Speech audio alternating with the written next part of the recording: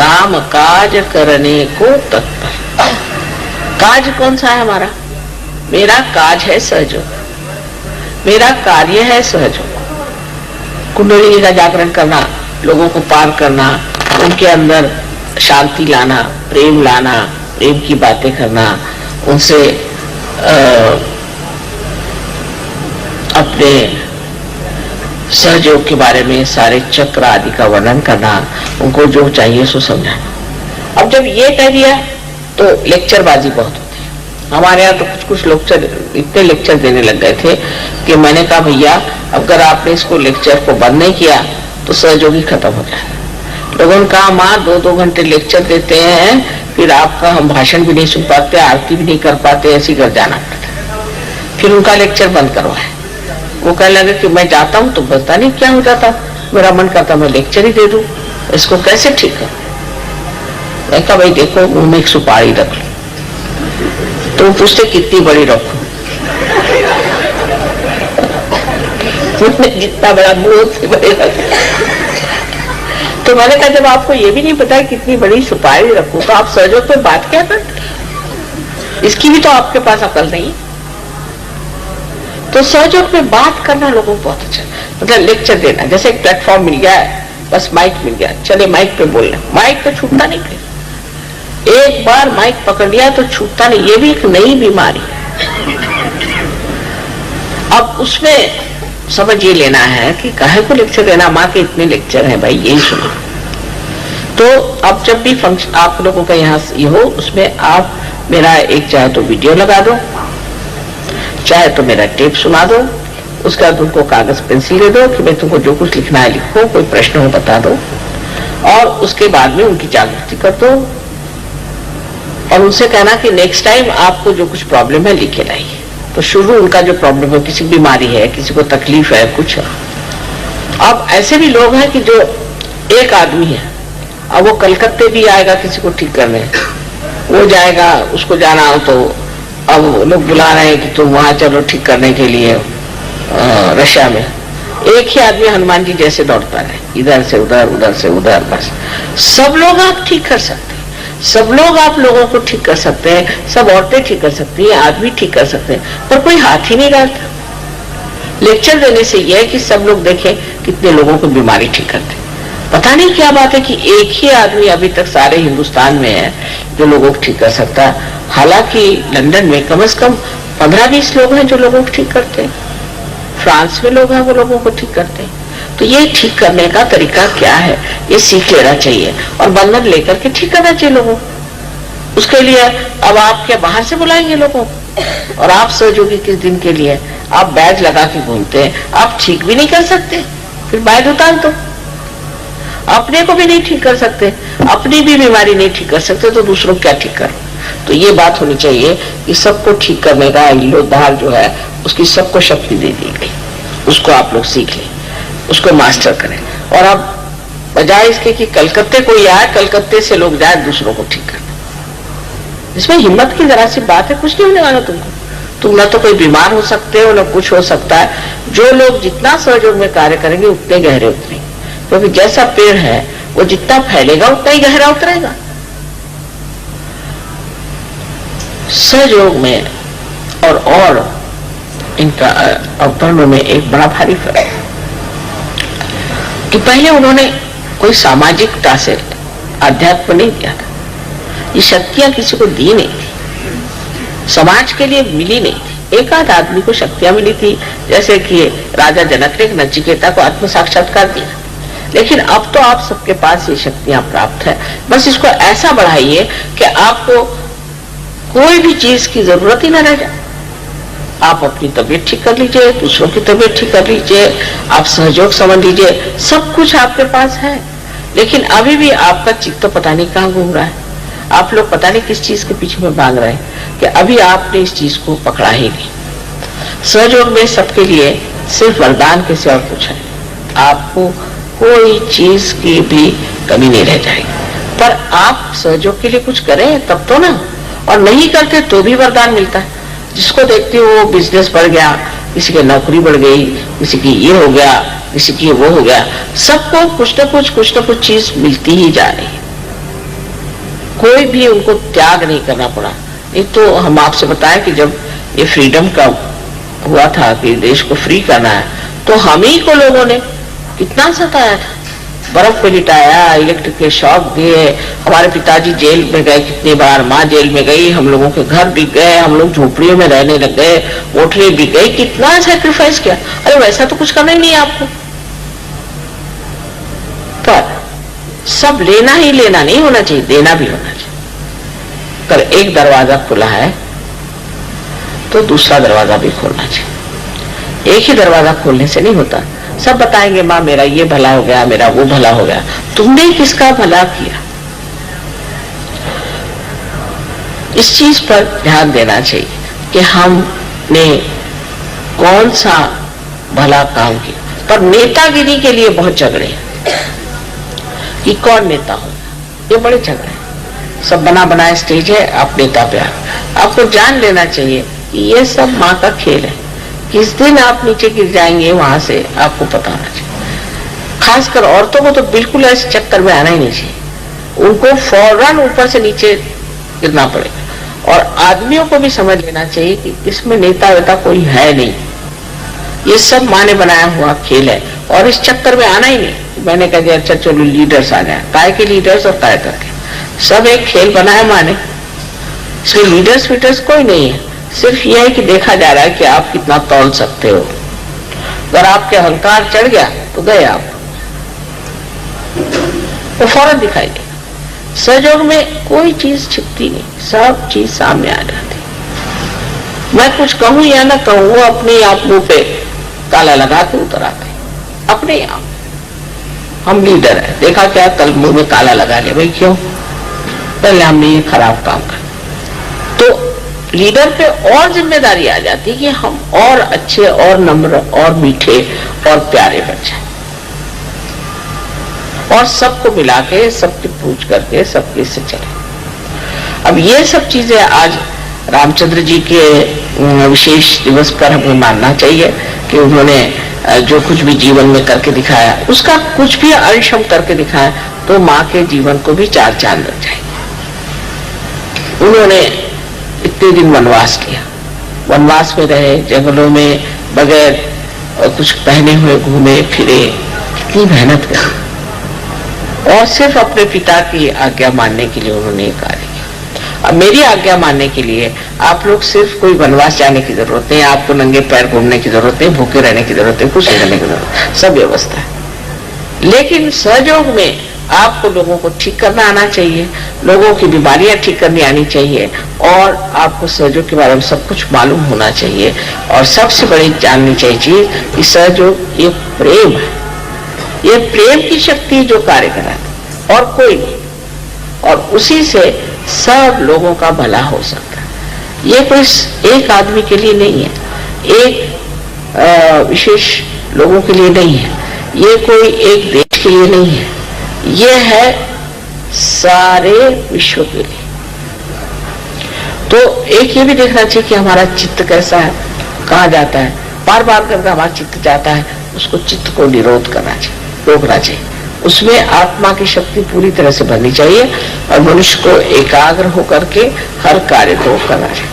भक्ति भाव से, प्रेम से अगर जो करेगा वो बहुत गहरा उतरेगा, और नहीं तो ऐसे ही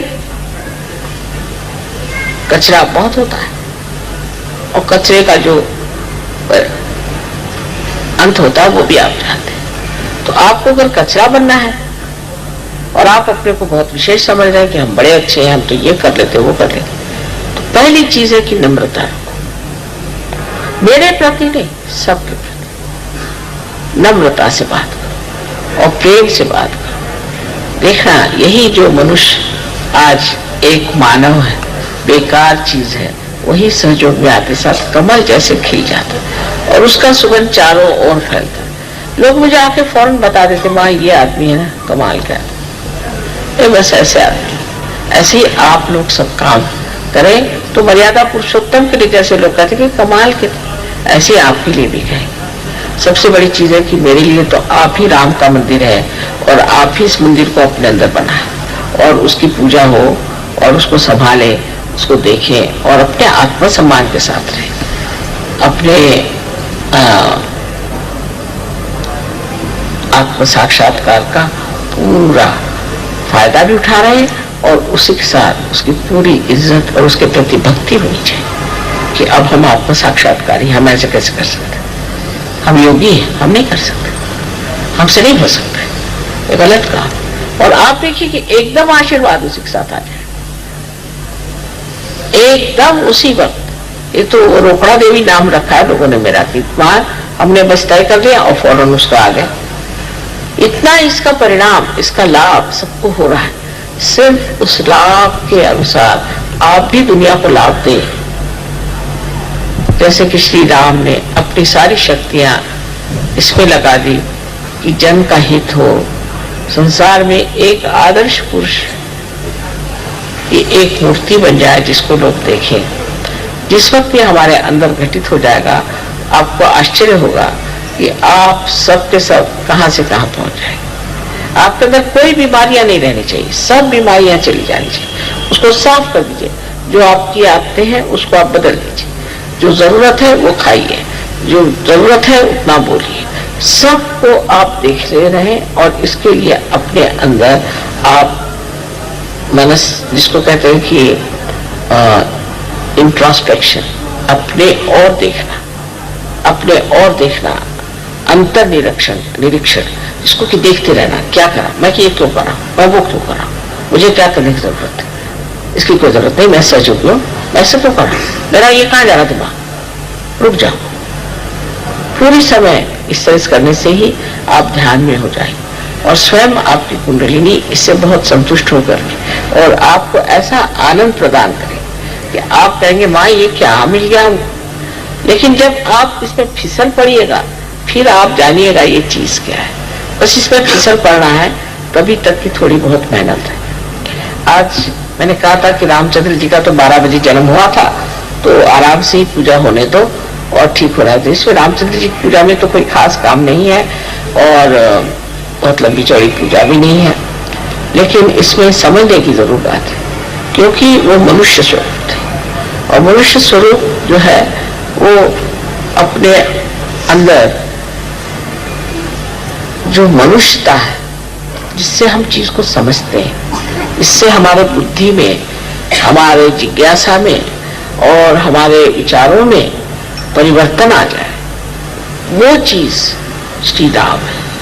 उन्हीं के माध्यम से हमारे विचार बदल सकते हैं, उन्हीं के माध्यम से हमारा स्वभाव बदल सकता है, क्योंकि हमारे लिए एक वो आदर्श है।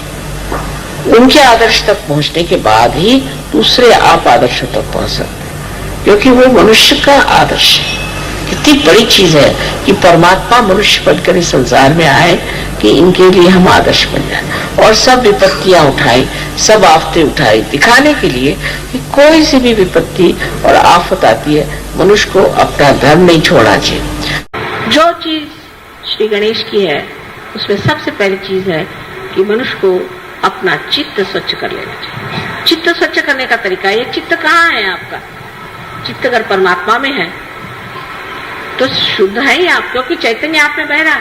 पर चित्त आपका इधर उधर है तो उस चित्त का फायदा क्या? जब तक आपका चित्त शुद्ध नहीं होगा तब तक आप ज्ञान को प्राप्ति ही नहीं कर सकते, क्योंकि चित्त में ही आपका सारा चैतन्य बह रहा है। चित्त से ही आप जानते हैं। जिसका शुद्ध चित्त होता है सिर्फ विचार मात्र से कार्य हो सकता है, ध्यान देने से ही कार्य हो सकता है और कभी कभी उसकी भी जरूरत नहीं पड़ती। जिस शक्ति को आप प्राप्त करना चाहते हैं, जिसे कि आपकी अंतिम जो कुछ भी, जिसे आप ध्येय कहिए या अपना लक्ष्य है जिसे आप प्राप्त करना चाहते हैं, वो है ये चैतन्य जिसको आप अंदर बसाना चाहते हैं, जिसके अंदर ये शक्ति है कि जिस शक्ति के कारण आप अनेक कार्य कर सकते हैं। उसको छोड़ करके आप क्या ये बेकार चीजों के पीछे पड़े।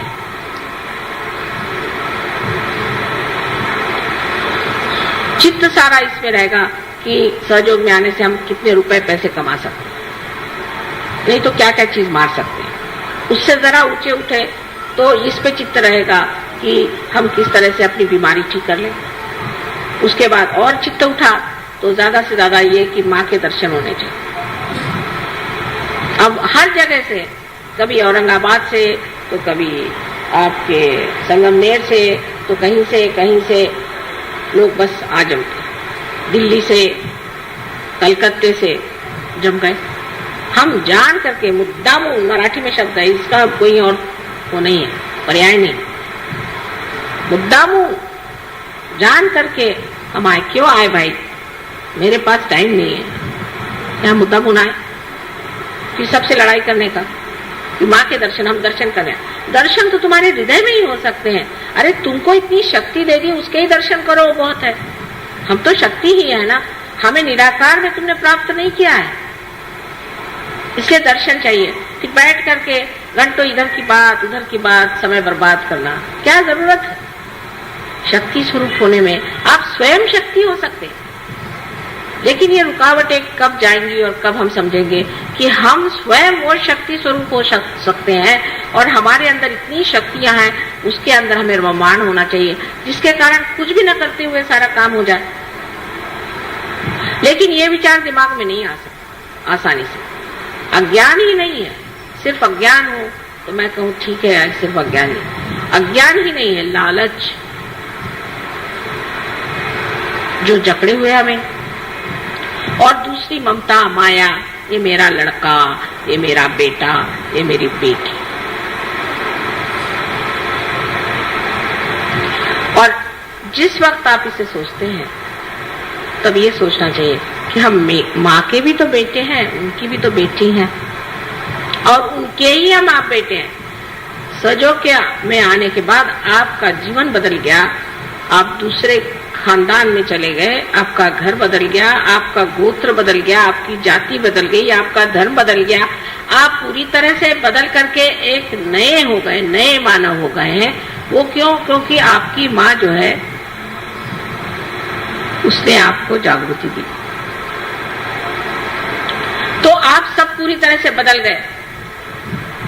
जैसे एक गणेश जी को बनाने से हमारे हजारों काम, करोड़ों काम हो जाते हैं, क्योंकि उनके अंदर पूर्णतया माँ पे ही श्रद्धा, माँ के ही लिए सब पूर्णतया शरणागत होने की स्थिति है।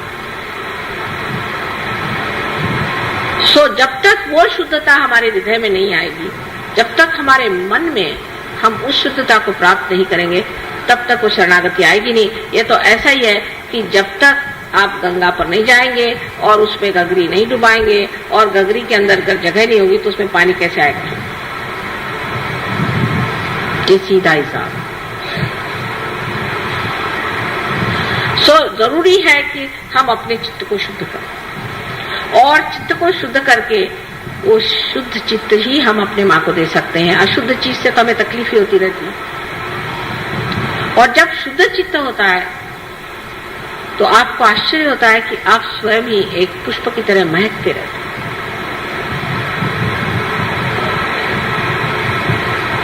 और आपको देख करके मैं भी बहुत प्रसन्न हो जाती हूँ कि हाँ, क्या मेरा बेटा खड़ा हुआ है, क्या मेरी बेटी खड़ी हुई है। और सब चीजों से मुझे प्रसन्न नहीं होता कि आप बड़े अच्छे कपड़े पहन के मेरे सामने खड़े हो जाएं, सूट बूट पहन के या बाल कटा के, मुंह में लिपस्टिक लगा के, उससे मुझे बिल्कुल प्रसन्नता नहीं होती। उल्टे मुझे लगता है ये जा रहे, अब बस्ते से हट रहे। इस तरह की जो आधुनिकता है उसे प्राप्त कर लेना, गणेश के ओर से मुंह मोड़ लेना है। उसकी क्या जरूरत है? वो तो पुरातन है और हम भी बहुत ही पुरातन हैं। इसलिए अगर आप हमारे बेटे हैं और हमारी बेटियां हैं, तो जिस संस्कृति को हम पुरातन मानते हैं उसी से आपको चलना होगा और रहना होगा।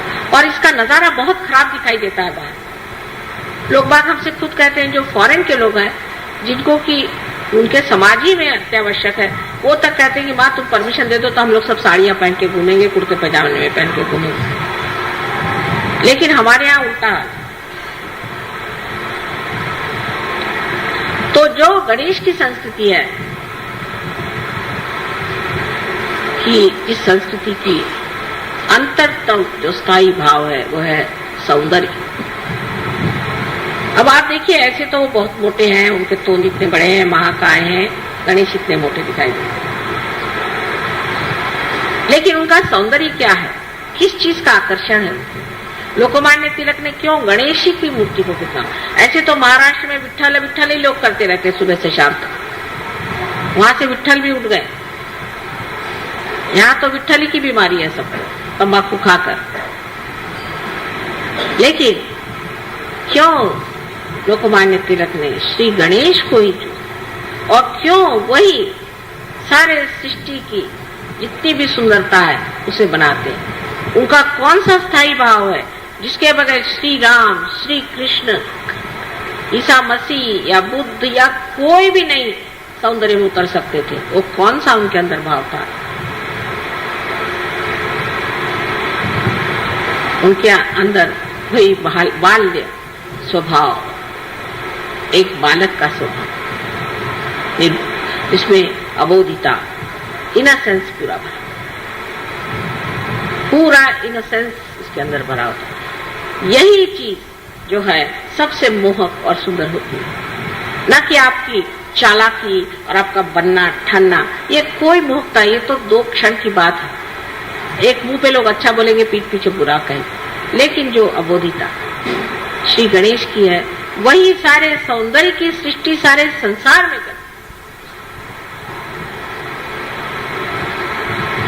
तो सारे सृष्टि का जो रूप है वो श्री गणेश की कार्रवाई है। उनकी जो बालिश बातें हैं, श्री कृष्ण का भी वर्णन वही सबसे अच्छा लगता है जो सूरदास ने किया है। ठुमकत चलते थे, ऐसे पैर से पैंजन उनके बजते थे, गिर जाते थे। और आश्चर्य की बात है कि वो शीशे में अपना स्वरूप देख करके बड़े खुश होते थे, हालांकि वो विश्व के करता है। जहाँ उन्होंने अपनी माँ को अपने मुंह को खोल करके और सारे विश्व का दर्शन कराया, और बच्चों जैसी जो बातें करते थे। श्री राम के लिए भी यही कहा जाए। ईसा मसीह के बारे में लोगों ने उसका बचपन बताया नहीं, लेकिन उनका बचपन श्री गणेश के रूप में आप जान सकते हैं। और इसीलिए जहाँ जहाँ बचपन का लोगों ने उल्लेख नहीं किया तो बड़ी भारी गलती कर गए, क्योंकि ऐसे लोगों में आनंद और उल्लास नहीं होता, रोने धोने का धर्म बन गया। जैसे आप देखते हैं कि जैनियों में है रोने धोने का धर्म, बुद्ध मार्गियों में रोने धोने का है, मुसलमान लोग रोने धोने का, बाप रे बाप, उनका तो भगवान ही बचाए रखे। और ईसाइयों का तो बहुत ही रोने धोने का। ईसा मसीह ने सबके लिए अपने को क्रूस पे टांग लिया और सबके पापों की क्षमा मांग ली एक बार। अब आपको आश्चर्य होगा, ऐसी ऐसी जगह है जहाँ ईसा मसीह को तो टांग नहीं सकते तो खुद ही टंग लेते हैं, और बड़े प्रोसेशन के साथ वो टंगा हुआ आदमी सब दूर घुमाया जाता है। बताइए, इस तरह के तमाशे करने से क्या आप ईसा मसीह को प्राप्त कर सकते हैं? सो जो आनंद है, उस आनंद के प्राप्त करने के लिए सर्वप्रथम आपको गणेश जी जैसे होना चाहिए। उसकी ओर कौन ध्यान देता है?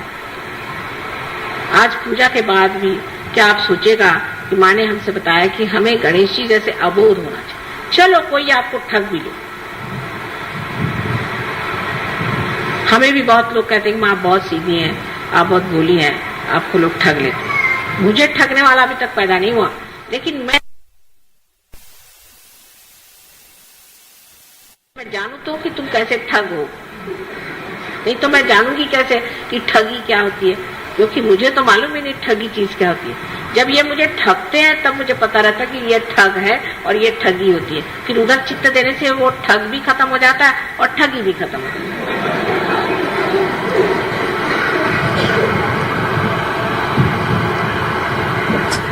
सो जरूरी है कि मनुष्य को उस भोलेपन स्वीकार करना चाहिए। शंकर के लिए भी यही कहा जाता है कि वो भोले, उनमें भोलापन है। कौन सी ऐसी देवता है जिसमें भोलापन नहीं? देवी के लिए कहते हैं कि जिस वक्त उनको बहुत क्रोध आया और उन्होंने सारी सृष्टि का संहार करने का विचार कर दिया, बिल्कुल तंग, तब सब लोग ने हाहाकार मच गया कि जब माँ ही बिगड़ गई तो अब क्या होगा हमारा। और सबको लगा कि अब तो हम सर्वनाश हमेशा के लिए हो जाएगा और फिर से सृष्टि की रचना ही नहीं। उस वक्त शंकर जी को एक बात सूझी कि उन्हीं के बच्चे को उनके पैर के नीचे में डाल दिया पहले कि तोड़ना है तो इसी बच्चे को तोड़ो। इतनी बड़ी जीभ उनकी निकल आई, बाप रे, मैं अपने बच्चे को ही मिटा रही। ये बच्चों के तरफ से जो हमारे लिए एक तरह से प्यार, आह्लाद, एकता और जो जिसे हम कहते हैं एकाग्रता, समग्रता, ये प्राप्त